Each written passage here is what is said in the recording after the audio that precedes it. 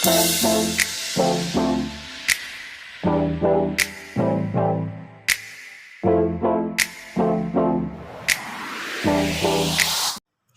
ಡ್ರಾದಲ್ಲಿ document setup ಮುಖಾಂತರ ಫೈಲನ್ನು create ಮಾಡೋದು ಹೇಗೆ, ಮತ್ತು ಇಮೇಜಸ್ಸನ್ನು ನಾವು ಯಾವ ರೀತಿ ಇಂಪೋರ್ಟ್ ಅಥವಾ ಇನ್ಸರ್ಟ್ ಮಾಡ್ಕೊಳ್ಳೋದು ಅಂತ ತೋರಿಸ್ಕೊಡ್ತೀನಿ. ವಿಡಿಯೋನ ಕಂಪ್ಲೀಟಾಗಿ ನೋಡಿ.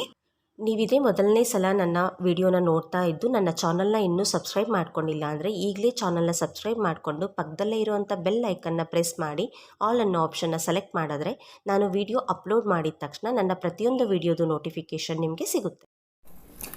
ಡೆಸ್ಕ್ಟಾಪ್ ಮೇಲೆ ಇರುವಂಥ ಒಂದು ಕೊರಲ್ ಡ್ರಾ ಶಾರ್ಟ್ಕಟ್ ಐಕನ್ನ ಡಬಲ್ ಕ್ಲಿಕ್ ಮಾಡಿ ನಾನು ಕೊರಲ್ ಡ್ರಾ ಓಪನ್ ಮಾಡ್ತಾ ಇದ್ದೀನಿ.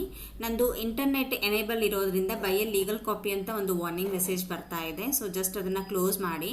ಸೊ ಯಾವಾಗೂ ಕೂಡ ನೀವು ಕೊರಲ್ ಡ್ರಾನ ಅಂದರೆ ಒರಿಜಿನಲ್ ಸಾಫ್ಟ್ವೇರ್ ಅಲ್ಲದೆ ಇದ್ದರೆ ಸೊ ನೀವೇನು ಮಾಡಬೇಕು, ಇಂಟರ್ನೆಟ್ನ ಡಿಸೇಬಲ್ ಮಾಡಿ ಓಪನ್ ಮಾಡಬೇಕು. ಇಲ್ಲಾಂದರೆ ಈ ರೀತಿ ವಾರ್ನಿಂಗ್ ಮೆಸೇಜ್ ಬರ್ತಾ ಇರುತ್ತೆ. ಇದು ಓಪನಿಂಗ್ ಸ್ಕ್ರೀನ್. ಆಲ್ರೆಡಿ ಲಾಸ್ಟ್ ಕ್ಲಾಸಲ್ಲಿ ನೋಡಿದ್ದೀರಾ ನೀವು ಓಪನಿಂಗ್ ಸ್ಕ್ರೀನ್ ಹೇಗಿರುತ್ತೆ ಅಂತ. ಓಕೆ, ಸೊ ಈಗ ನಾವೇನು ಮಾಡಬೇಕು, ಒಂದು ಹೊಸ ಫೈಲನ್ನು ತಗೋಬೇಕು ಅಥವಾ ಒಂದು ಹೊಸ ಡಾಕ್ಯುಮೆಂಟ್ನ ತಗೊಂಡು ಅದರಲ್ಲಿ ವರ್ಕ್ ಮಾಡಬೇಕು. ಸೊ ಈಗ ನಾನು ಡಾಕ್ಯುಮೆಂಟ್ನ ಯಾವ ರೀತಿ ತಗೊಳ್ಳೋದು, ಸೊ ಏನೆಲ್ಲ ಆಪ್ಷನ್ಸ್ ಅದರಲ್ಲಿ ಇರುತ್ತೆ ಅನ್ನೋದನ್ನು ತೋರಿಸ್ಕೊಡ್ತೀನಿ.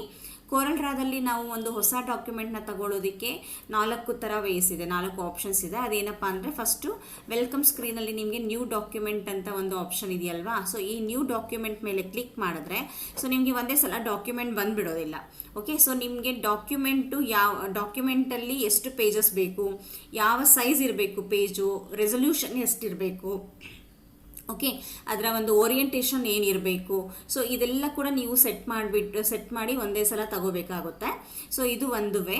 ಸೊ ಈಗ ನಾನು ಇದನ್ನು ಕ್ಯಾನ್ಸಲ್ ಮಾಡ್ತಿದ್ದೀನಿ. ಇನ್ನೊಂದು ವೇ ಏನಪ್ಪ ಅಂತ ಹೇಳಿದ್ರೆ, ಈ ವೆಲ್ಕಮ್ ಸ್ಕ್ರೀನ್ ಪಕ್ಕದಲ್ಲೇ ಒಂದು ನಿಮಗೆ ಪ್ಲಸ್ ಅಂತ ಕಾಣಿಸ್ತಾ ಇದೆ. ಸೊ ಇದು ಸ್ಟಾರ್ಟ್ ಎ ನ್ಯೂ ಡಾಕ್ಯುಮೆಂಟ್ ಅಂತ. ಇದ್ರ ಮೇಲೆ ಕ್ಲಿಕ್ ಮಾಡಿದ್ರು ಕೂಡ ನಿಮಗೆ ಸೇಮ್ ವಿಂಡೋ ಓಪನ್ ಆಗುತ್ತೆ, ಡಾಕ್ಯುಮೆಂಟ್ ಸೆಟಪ್ ವಿಂಡೋ ಓಪನ್ ಆಗುತ್ತೆ. ಸೊ ನಾನೀಗ ಮತ್ತೆ ಇದನ್ನು ಕ್ಲೋಸ್ ಮಾಡ್ತಿದ್ದೀನಿ. ಇನ್ನು 3ನೇ ವೇ ಬಂದುಬಿಟ್ಟು ಫೈಲಲ್ಲಿ ನ್ಯೂ ಮೇಲೆ ಕ್ಲಿಕ್ ಮಾಡೋದು, ಫೈಲ್ ಮೆನುವಲ್ಲಿರುವಂಥ ನ್ಯೂ ಆಪ್ಷನ್ ಮೇಲೆ ಕ್ಲಿಕ್ ಮಾಡೋದು. ಇಲ್ಲ ಅಂದರೆ ಇದಕ್ಕೆ ಶಾರ್ಟ್ಕಟ್ ಕೀ ಬಂದುಬಿಟ್ಟು ಕೀಬೋರ್ಡಿಂದ ನೀವು ಕಂಟ್ರೋಲ್ನ ಹೋಲ್ಡ್ ಮಾಡಿಕೊಂಡು ಎನ್ ಪ್ರೆಸ್ ಮಾಡಿ, ಕಂಟ್ರೋಲ್ ಎನ್. ಓಕೆ, ಸೊ ನೀವು ಈ 4 ಥರ ಯಾವುದನ್ನಾದರೂ ನೀವು ಯೂಸ್ ಮಾಡ್ಬೋದು. ಸೊ ಇದು create A new document window ಅಂದರೆ ಡಾಕ್ಯುಮೆಂಟ್ ಸೆಟಪ್ ವಿಂಡೋ. ಸೊ ಮೊದಲಿಗೆ ನಮಗೆ ಏನು ಕೇಳ್ತಾ ಇದೆ ನೋಡಿ, ಹೆಸರು ಕೇಳ್ತಾ ಇದೆ. ಸೊ ಹೆಸರು ಅನ್ಟೈಟಲ್ಡ್ 1 ಅಂತ ಇದೆ. ಸೊ ನಾವು ಹೆಸರನ್ನು ಕೊಟ್ಟು ನಾವು ತಗೋಬೋದು. ಸೊ ಈಗ ನಾನೀಗ ಏನು ಇಂಟ್ರೊಡಕ್ಷನ್ ಕ್ಲಾಸ್ ಅಂತ ಕೊಡ್ತೀನಿ ನಾನು. ಸೊ ಇಂಟ್ರೊಡಕ್ಷನ್ ಕ್ಲಾಸ್ ಅಂತ ನಾನು ಡಾಕ್ಯುಮೆಂಟ್ಗೆ ಹೆಸರು ಕೊಟ್ಟಿದ್ದೀನಿ.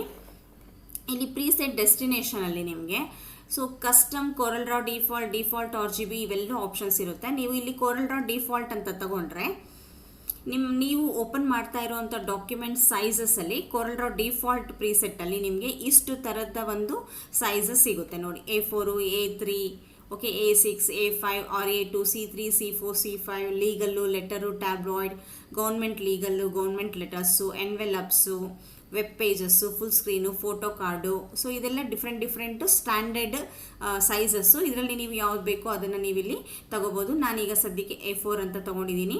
A4 ಅಂತ ತೊಗೊಂಡಿದ ತಕ್ಷಣ A4ದು ಸ್ಟ್ಯಾಂಡರ್ಡ್ ವಿಡ್ತು ಮತ್ತು ಹೈಟ್ ಎಷ್ಟಿದೆ ಅದು ನಿಮಗೆ ಇಲ್ಲಿ ವಿಡ್ತು ಮತ್ತು ಹೈಟ್ ಫೀಲ್ಡಲ್ಲಿ ತೋರಿಸುತ್ತೆ. ಸೊ ಇಲ್ಲಿ ಮಿಲಿಮೀಟರ್ಸ್ ಇದೆ, ಯೂನಿಟ್ಸ್ ಬಂದು ನಿಮಗೆ ಮಿಲಿಮೀಟರ್ಸಲ್ಲಿ ಬೇಡ, ಇಂಚಸ್ ಬೇಕು ಅಂತ ಹೇಳಿದ್ರೆ ನೋಡಿ ಇಂಚಸ್ಸಲ್ಲೇ ತೋರಿಸುತ್ತೆ. ಸೊ ನಿಮಗೆ ಹೇಗೆ ಬೇಕೋ ಅದು ಹಾಗೆ ನೀವಿಲ್ಲಿ ಸೆಟ್ ಮಾಡ್ಕೋಬೋದು. ಸೆಂಟಿಮೀಟರ್ಸ್ ಅಂದರೆ ಸೆಂಟಿಮೀಟರ್ಸಲ್ಲಿ ತೋರಿಸುತ್ತೆ. ಸೊ ನಾನೀಗ ಜಸ್ಟ್ ಇಂಚಸ್ ಅಂತ ಮಾಡಿದ್ದೀನಿ. ಮತ್ತು ನಿಮ್ಮ ಪೇಜ್ ಓರಿಯೆಂಟೇಷನ್, ಪೋರ್ಟ್ರೈಟ್ ಬೇಕಾ ಇಲ್ಲ ಲ್ಯಾಂಡ್ಸ್ಕೇಪ್ ಬೇಕಾ, ಸೊ ಅದನ್ನು ಕೂಡ ನೀವು ಇಲ್ಲೇ ಸೆಟ್ ಮಾಡ್ಕೋಬೋದು. ಸೊ ಈಗ ಪೋರ್ಟ್ರೈಟ್ ಅಂದರೆ ಪೋರ್ಟ್ರೈಟಲ್ಲಿ ಬರುತ್ತೆ, ಲ್ಯಾಂಡ್ಸ್ಕೇಪ್ ಅಂದರೆ ಲ್ಯಾಂಡ್ಸ್ಕೇಪಲ್ಲಿ ಬರುತ್ತೆ. ಸೊ ಈಗ ಪೋರ್ಟ್ರೈಟ್ ಇದೆ. ನಂಬರ್ ಆಫ್ ಪೇಜಸ್, ನೀವು ಈಗ ತಗೊಳ್ತಾ ಇರುವಂಥ ಡಾಕ್ಯುಮೆಂಟ್ಗೆ ಎಷ್ಟು ಪೇಜಸ್ ಬೇಕು, ಸೊ ನಿಮ್ಗೆ ಎಷ್ಟು ಪೇಜಸ್ ಬೇಕೋ ಅಷ್ಟು ಪೇಜಸ್ ಅಟ್ ಎ ಟೈಮ್ ನಿಮಗೆ ಓಪನ್ ಆಗುತ್ತೆ. ಸೊ ನಾನೀಗ ಜಸ್ಟ್ ಒಂದು 5 ಪೇಜಸ್ ಅಂತ ಕೊಡ್ತೀನಿ. ಓಕೆ, ನೆಕ್ಸ್ಟ್ ಇಲ್ಲಿ ಪ್ರೈಮರಿ ಕಲರ್ ಮೋಡ್ ಅಂತ ಇದೆ ನೋಡಿ. ಈ ಪ್ರೈಮರಿ ಕಲರ್ ಮೋಡಲ್ಲಿ ನಿಮಗೆ 2 ಕಲರ್ ಮೋಡ್ಸ್ ಇದೆ, RGB ಮತ್ತು CMYK. ಸೊ ಆಲ್ರೆಡಿ ನನ್ನ ಒಂದು ಪೇಜ್ ಮೇಕರ್ ವಿಡಿಯೋಸನ್ನು ನೀವು ನೋಡಿದರೆ ಅದರಲ್ಲಿ ನಾನು ಈ ಒಂದು ಕಲರ್ ಮಾಡೆಲ್ಸ್ ಬಗ್ಗೆ ನಾನು ಎಕ್ಸ್ಪ್ಲೈನ್ ಮಾಡಿದ್ದೀನಿ. RGB ಅಂದರೆ red, green, blue model, CMYK ಅಂದರೆ ಸಿಯಾನ್, ಮೆಜಂತಾ, ಯೆಲ್ಲೋ ಮತ್ತು ಬ್ಲ್ಯಾಕ್. ಓಕೆ, ಸೊ ಈ 2 ಮಾಡೆಲ್ಸ್. ಸೊ ಇವೆರಡಕ್ಕೂ ಏನಪ್ಪ ಡಿಫ್ರೆನ್ಸ್ ಅಂದರೆ ನಿಮಗೆ ಸ್ಕ್ರೀನ್ ಮೇಲೆ ಮಾತ್ರ ಬೇಕು ಅಂತ ಹೇಳಿದ್ರೆ, ಐ ಮೀನ್ ನೀವೇನಾದರೂ ಒಂದು ಟಿ ವಿ ಸ್ಕ್ರೀನ್ ಮೇಲೆ ನೋಡಬೇಕು, ನೋಡುವಂಥ ಒಂದು ಫೈಲ್ಸನ್ನು ಅಥವಾ ಡಾಕ್ಯುಮೆಂಟ್ಸ್ನ ವೀಡಿಯೋಸನ್ನು ನೀವು ಕ್ರಿಯೇಟ್ ಮಾಡ್ತಾ ಇದ್ದರೆ ನೀವು RGB ಕಲರ್ ಮೋಡನ್ನು ಯೂಸ್ ಮಾಡ್ಬೋದು. ಇಲ್ಲ ಪ್ರಿಂಟಿಂಗಿಗೆ ಬೇಕು ಅಂತ ಹೇಳಿದ್ರೆ ನೀವು CMYK ಕಲರ್ ಮೋಡನ್ನು ಯೂಸ್ ಮಾಡ್ಬೋದು. ಸೊ ನಾರ್ಮಲಿ ನಾವು ಕೊರಲ್ ಡ್ರಾದಲ್ಲಿ business cards, ID cards, pamphlets, brochures, wedding cards, greeting cards, okay, so ಈ ಥರದ್ದನ್ನು ಡಿಸೈನ್ ಮಾಡೋದ್ರಿಂದ ಸೊ ನಾವು ಇದೆಲ್ಲ ಕೂಡ ಪ್ರಿಂಟಿಂಗ್ಗೆ ಕೊಡ್ತೀವಿ. ನೀವು CMYK ಕಲರ್ ಮೋಡನ್ನು ಯೂಸ್ ಮಾಡಿ. ಓಕೆ, ನಾನೀಗ CMYK ತಗೊತಾ ಇದ್ದೀನಿ. ಮತ್ತು ನಾವು ಏನು ಸೈಜ್ ತಗೊಂಡಿದ್ದೀವಿ ಅದರ ಮೇಲೆ ನೀವೇನು ಮಾಡಬೇಕು, ರೆಸಲ್ಯೂಷನ್ನ ನೀವಿಲ್ಲಿ ಚೇಂಜ್ ಮಾಡ್ಕೋಬೋದು. ಸೊ ಈಗ ಡಿಫಾಲ್ಟಾಗಿ 300 ಇದೆ ರೆಸಲ್ಯೂಷನ್ನು, ಸೊ ಅದು ಹಾಗೇ ಇರಲಿ. ನೆಕ್ಸ್ಟ್ ಪ್ರಿವ್ಯೂ ಮೋಡ್ ಬಂದು ನೀವು ಯಾವಾಗಲೂ ಕೂಡ ನಾರ್ಮಲ್ ಮೋಡಲ್ಲಿ ಇಟ್ಕೊಳ್ಳಿ ಅಥವಾ ಎನ್ಹ್ಯಾನ್ಸ್ಡ್ ಮೋಡಲ್ಲಿ ಇಟ್ಕೊಳ್ಳಿ.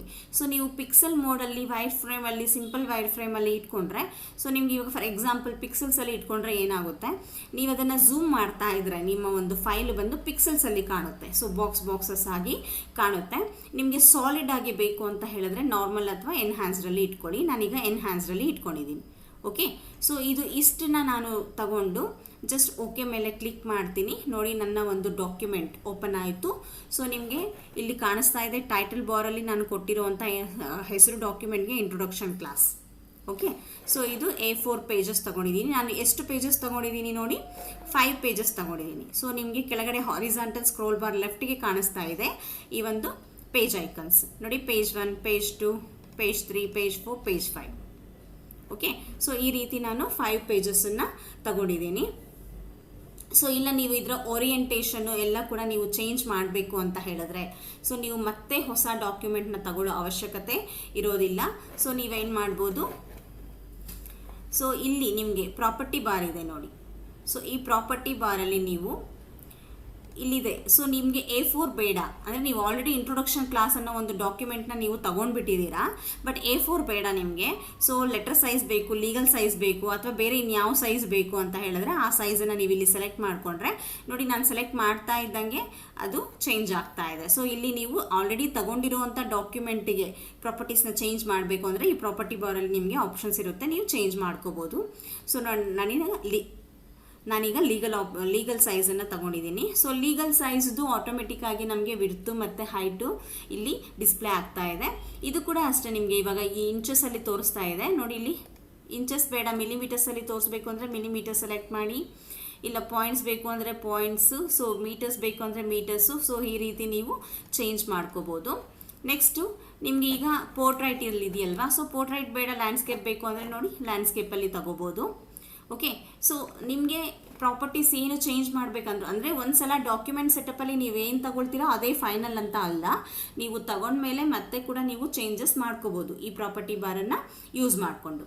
ಓಕೆ, ಮತ್ತು ನಿಮಗೆ ಸ್ಟ್ಯಾಂಡರ್ಡ್ ಸೈಜ್, ನಿಮ್ಮದೇ ಆದಂಥ ಒಂದು ಸ್ಟ್ಯಾಂಡರ್ಡ್ ಸೈಜಸನ್ನು ಯಾವ ರೀತಿ ಕ್ರಿಯೇಟ್ ಮಾಡೋದು ಅಂತ ಕೂಡ ತೋರಿಸ್ಕೊಡ್ತೀನಿ ನೋಡಿ.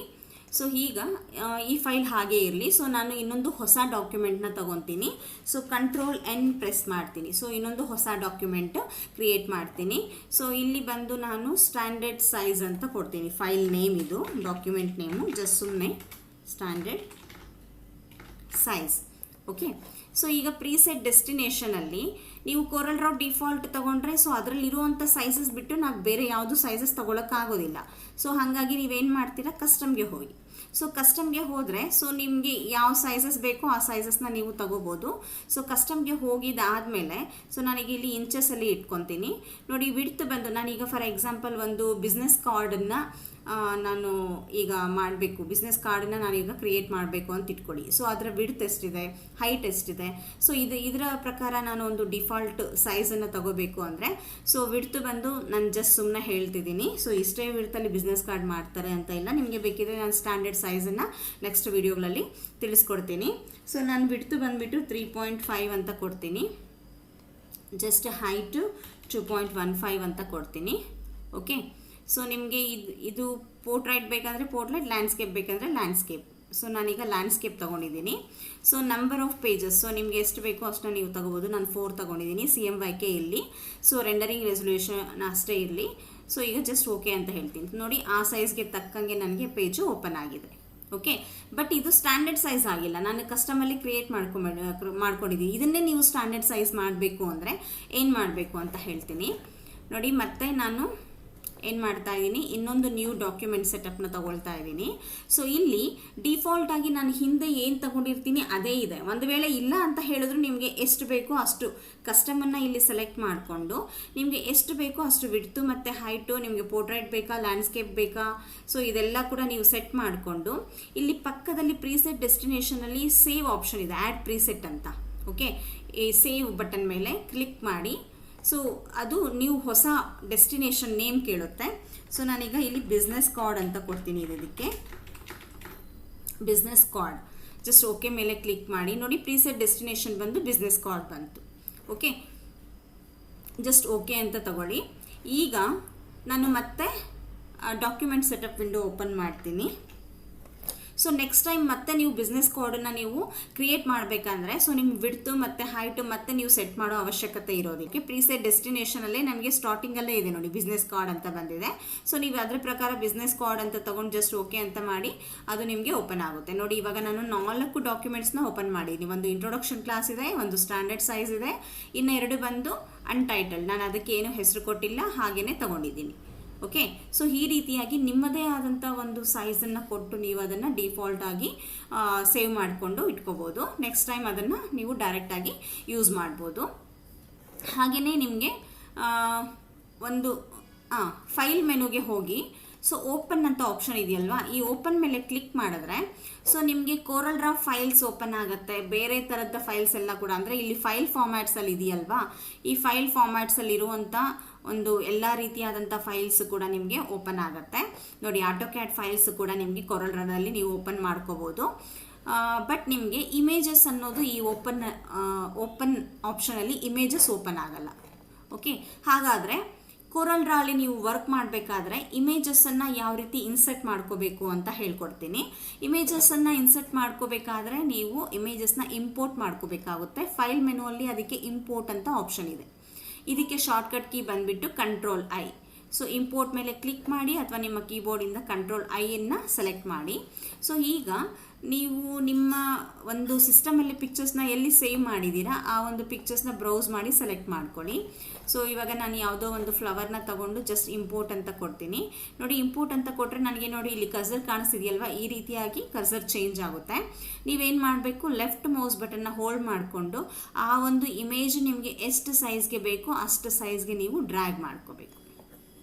ಓಕೆ, ಸೊ ಈ ರೀತಿಯಾಗಿ ನೀವು ಕೋರಲ್ ಡ್ರಾ ಫೈಲಲ್ಲಿ ಇಮೇಜಸ್ಸನ್ನು ಇನ್ಸರ್ಟ್ ಮಾಡ್ಬೋದು. ಓಕೆ, ಸೊ ನೆಕ್ಸ್ಟು ಈ ಪೇಜಸ್ಗೆ ರಿಲೇಟೆಡ್ ಆಗಿರೋಂಥ ಇನ್ನೂ ಕೆಲವೊಂದು ಆಪ್ಷನ್ಸ್ನ ಹೇಳ್ತೀನಿ.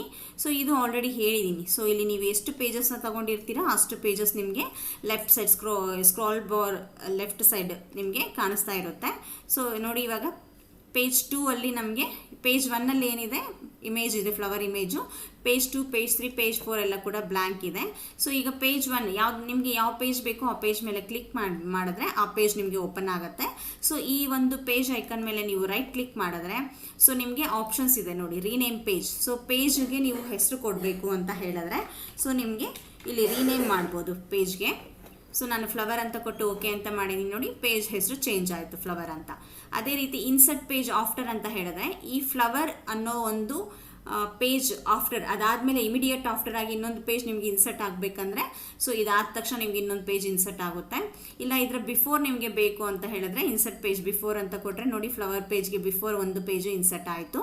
ಓಕೆ, ಅದೇ ರೀತಿ ನಿಮಗೆ ಡ್ಯೂಪ್ಲಿಕೇಟ್ ಪೇಜ್ ಅಂತ ಆಪ್ಷನ್ ಇದೆ. ಡ್ಯೂಪ್ಲಿಕೇಟ್ ಪೇಜ್ ಅಂತ ಹೇಳಿದ್ರೆ ಸೇಮ್ ಪೇಜ್ ಇನ್ನೊಂದು ನಮಗೆ ಕಾಪಿ ಹಾಗೆ ಬರುತ್ತೆ. ಓಕೆ, ಸೊ ಅದು ನಿಮಗೆ ಆಪ್ಷನ್ಸ್ ಕೇಳುತ್ತೆ, ಬಿಫೋರ್ ಬೇಕಾ ಆಫ್ಟರ್ ಬೇಕಾ ಅಂತ. ಸೊ ಆಫ್ಟರ್ ಅಂತ ಕೊಟ್ಟು ಓಕೆ ಅಂತ ಮಾಡಿ. ಓಕೆ, ಸೊ ಡ್ಯೂಪ್ಲಿಕೇಟ್ ಪೇಜ್ ಅನ್ನೋದು ಬರುತ್ತೆ. ಅದೇ ರೀತಿ ನೀವು ಯಾವ ಪೇಜ್ ಡಿಲೀಟ್ ಮಾಡಬೇಕು ಆ ಪೇಜ್ ಮೇಲೆ ನೀವು ಕ್ಲಿಕ್ ಮಾಡಿ ಆ ಪೇಜ್ ಮೇಲೆ ನೀವು ರೈಟ್ ಮೌಸ್ ಬಟನಿಂದ ಕ್ಲಿಕ್ ಮಾಡಿ ಡಿಲೀಟ್ ಪೇಜ್ ಮೇಲೆ ಕ್ಲಿಕ್ ಮಾಡಿದ್ರೆ ನೋಡಿ ಆ ಪೇಜ್ 7 ಪೇಜಸ್ ಇತ್ತಲ್ವಾ, ಇವಾಗ 6 ಪೇಜಸ್ ಇದೆ. ನೋಡಿ ಇವಾಗ 6 ಪೇಜಸ್ ಇದೆ. ನಾನು 6th ಪೇಜನ್ನು ಡಿಲೀಟ್ ಮಾಡ್ತೀನಿ. ಸೊ ಡಿಲೀಟ್ ಆಯಿತು. ಸೊ ಈ ರೀತಿಯಾಗಿ ನೀವು ಪೇಜಸ್ನ ಡಿಲೀಟ್ ಮಾಡ್ಬೋದು. ಸ್ವಿಚ್ ಪೇಜ್ ಓರಿಯೆಂಟೇಷನ್ ಅಂತ ಲಾಸ್ಟ್ ಆಪ್ಷನ್ ಇದೆ ನೋಡಿ, ಸ್ವಿಚ್ ಪೇಜ್ ಓರಿಯೆಂಟೇಷನ್. ಸೊ ನೀವು ಓರಿಯೆಂಟೇಷನ್ ಇವಾಗ ನಾನು ಲ್ಯಾಂಡ್ಸ್ಕೇಪ್ ತಗೊಂಡಿದ್ದೀನಿ, ಇದ್ರ ಮೇಲೆ ಕ್ಲಿಕ್ ಮಾಡಿದ್ರೆ ಪೋರ್ಟ್ರೈಟ್ ಆಗುತ್ತೆ. ಸೊ ಪೋರ್ಟ್ರೈಟಲ್ಲಿ ಇರೋದನ್ನು ಸ್ವಿಚ್ ಪೇಜ್ ಓರಿಯೆಂಟೇಷನ್ ಅಂದರೆ ಲ್ಯಾಂಡ್ಸ್ಕೇಪ್ ಬರುತ್ತೆ. ಓಕೆ, ಸೊ ಈ ರೀತಿ ನಾವು ಪೇಜ್ ಓರಿಯೆಂಟೇಷನ್ ಕೂಡ ನಾವು ಚೇಂಜ್ ಮಾಡ್ಕೋಬೋದು. ಇಲ್ಲಿ ನೋಡಿ ಪೇಜಸ್ ಐಕನ್ ಲೆಫ್ಟ್ಗೆ ನಿಮಗೆ ಪೇಜ್ ನ್ಯಾವಿಗೇಷನ್ ಬಟನ್ಸ್ ಇದ್ದಾವೆ. ಓಕೆ, ಸೊ ಇಲ್ಲಿ ಲೆಫ್ಟ್ ಇದೆಯಲ್ವಾ, ಈ ಲೆಫ್ಟ್ ಆರೋ ಮಾರ್ಕಿ, ಸೊ ಇದನ್ನು ನೀವು ಕ್ಲಿಕ್ ಮಾಡಿದ್ರೆ ಅದು ಇಮಿಡಿಯೇಟ್ ಆಗಿ ಫಸ್ಟ್ ಪೇಜ್ಗೆ ಶಿಫ್ಟ್ ಆಗುತ್ತೆ. ಅದೇ ರೀತಿ ರೈಟಲ್ಲಿ ಇದೆಯಲ್ವಾ, ಈ ಲಾಸ್ಟಲ್ಲಿ ಇದ್ರ ಮೇಲೆ ಕ್ಲಿಕ್ ಮಾಡಿದ ತಕ್ಷಣ ಇಮಿಡಿಯೇಟ್ ಆಗಿ ಲಾಸ್ಟ್ ಪೇಜ್ ಯಾವುದಿದ್ರೆ ಆ ಲಾಸ್ಟ್ ಪೇಜ್ಗೆ ತಗೊಳುತ್ತೆ. ಒಂದು ವೇಳೆ ನೀವು 40 ಪೇಜಸ್ 50 ಪೇಜಸ್ ಅಂತ ತಗೊಂಡಿದ್ರೆ ಸೊ ಆ ಬಟನ್ ಏನು ಮಾಡುತ್ತೆ, ಒಂದೇ ಸಲ ಲಾಸ್ಟ್ ಪೇಜ್ ಯಾವುದಿದ್ರೆ ಅದಕ್ಕೆ ಹೋಗುತ್ತೆ. 50th ಪೇಜ್ ಇದ್ರೆ 50th ಪೇಜ್ಗೆ ಹೋಗುತ್ತೆ. ಸೊ ಅದೇ ರೀತಿ ಇದು ಬಂದು ಪ್ರೀವಿಯಸ್ ಬಟನ್. ಸೊ ನೀವು ಒಂದು ಪೇಜ್ ಹಿಂದೆ ಹೋಗ್ಬೇಕಂದ್ರೆ ಸೊ ಇದ್ರ ಮೇಲೆ ಕ್ಲಿಕ್ ಮಾಡ್ಬೋದು. ನೋಡಿ, ಪೇಜ್ ನಂಬರ್ 4 ಇಂದ 3ಗೆ ಬಂತು, 3 ಇಂದ 2ಗೆ ಬಂತು. ಅದೇ ರೀತಿ ನೆಕ್ಸ್ಟ್ ಪೇಜ್ಗೆ ಹೋಗ್ಬೇಕಂದ್ರೆ ಇದನ್ನು ನೀವು ಕ್ಲಿಕ್ ಮಾಡ್ಬೋದು. ಓಕೆ, ಸೊ ಇದು ಪ್ರೀವಿಯಸ್ ಪೇಜ್, ಇದು ನೆಕ್ಸ್ಟ್ ಪೇಜ್. ಲಾಸ್ಟ್ ಪೇಜ್ಗೆ ಹೋಗ್ಬೇಕಂದ್ರೆ ಇದು, ಸೊ ಫಸ್ಟ್ ಪೇಜ್ಗೆ ಹೋಗ್ಬೇಕಂದ್ರೆ ಇದು. ಓಕೆ, ಸೊ ಈ ರೀತಿ ನೀವು ಪೇಜಸ್ನ ನ್ಯಾವಿಗೇಟ್ ಮಾಡ್ಬೋದು. ಅದೇ ರೀತಿ ನಿಮಗೆ ಇಲ್ಲಿ ಒಂದು ಪ್ಲಸ್ ಬಟನ್ ಕಾಣಿಸ್ತಾ ಇದೆಯಲ್ವಾ, ಇದ್ರ ಮೇಲೆ ಕ್ಲಿಕ್ ಮಾಡಿದ್ರೆ ಸೊ ನಿಮಗೆ ಸೊ ಫಸ್ಟಲ್ಲಿ ನಿಮಗೆ ಪೇಜಸ್ ಅನ್ನೋ ಅಂದರೆ ಒಂದು ಪೇಜ್ ನಿಮಗೆ ಇನ್ಸರ್ಟ್ ಆಗುತ್ತೆ. ನೋಡಿ, ಇಲ್ಲಿ ಕ್ಲಿಕ್ ಮಾಡಿ.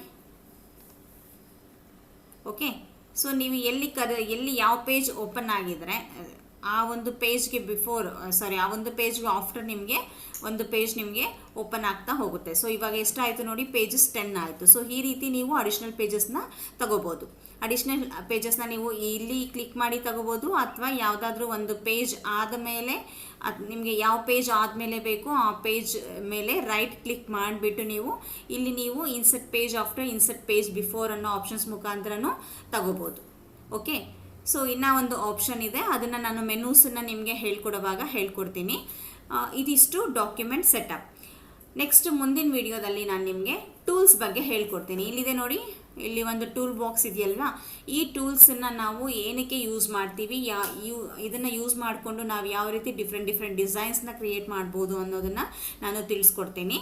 ಇವತ್ತಿನ ವಿಡಿಯೋ ಇಷ್ಟ ಆದರೆ ಮರಿದಿರಾ ಲೈಕ್ ಮಾಡಿ, ಕಮೆಂಟ್ ಮಾಡಿ, ಹಾಗೆ ನಿಮ್ಮ ಫ್ರೆಂಡ್ಸ್ಗೂ ಕೂಡ ಈ ವಿಡಿಯೋನ ಶೇರ್ ಮಾಡಿ. Thank you.